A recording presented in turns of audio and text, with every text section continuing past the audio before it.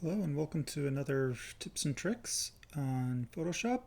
Today I'm going to be covering a fast way of making masks for cartoons that are black and white or have a black outline, all on a white background. I have two files prepared, so I'm going to open them up.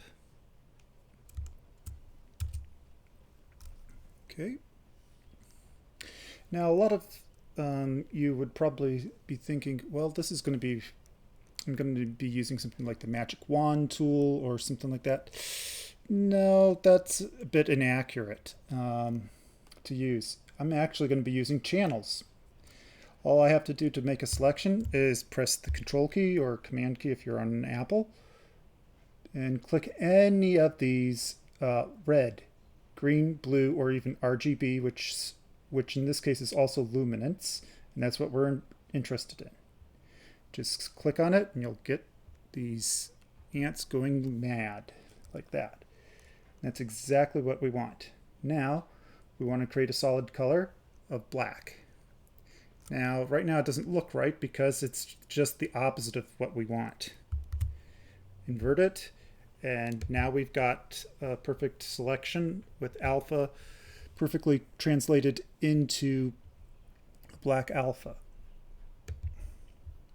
So we can test it by putting this as a color underneath, just as a test, and we can test it with any color we want. It will always remain correct.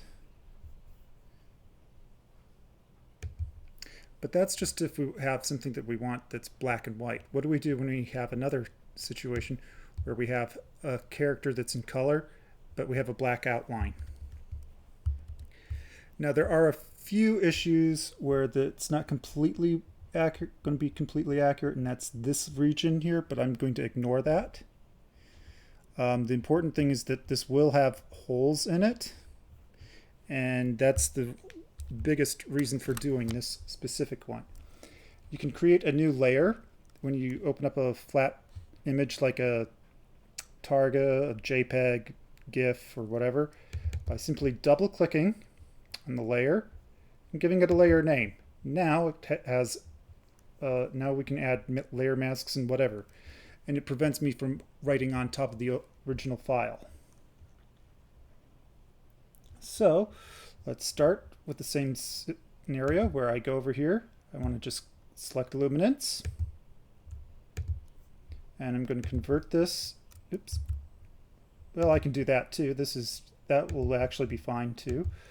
Need to create a solid color, and I can take this layer mask and just apply it up here by just dragging it up there, just like that. Not what I wanted to show, but it actually is a better choice for this thing.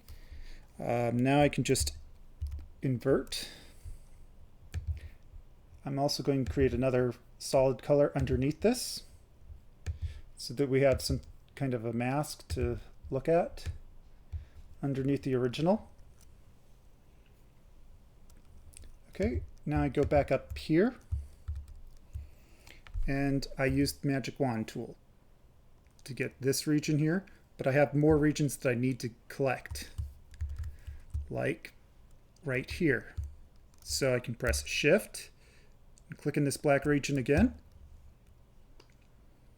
and here, Shift, click, and it's selected. This is the area that we do not want for our mask for this object. Almost ready.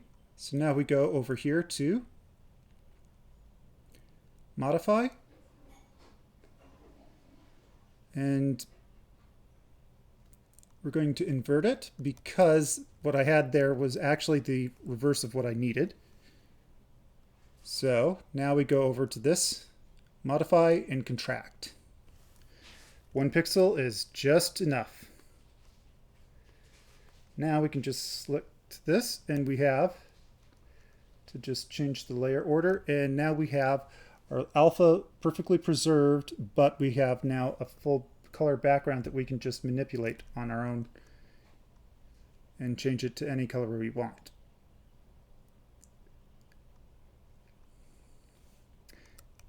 I hope this is helpful. And how did I get into the layer mask? I just simply clicked on this by going into I press Alt, and then I just click in the layer mask. If I click Alt and I click this, it's going to select everything in the, if I press Control and select everything, it's going to just select whatever is on the alpha, and that's the entire board. Okay. It exposes you to some new concepts that can aid in accelerating your cropping regions out for making assets for After Effects and whatnot. But again, this is only good for things that have this sort of an outline, black against white. This is one region that is not perfectly preserved, but everything else is, because we basically took the selection out here and just basically went in. You'll see this time I'm going to expand it because it's the opposite of what we want. But we wanted to get into this region right there. And that's why we shrunk it, so that we would preserve the edge that we converted into alpha with a solid black. Hope that's useful, and I'll see you in the next video.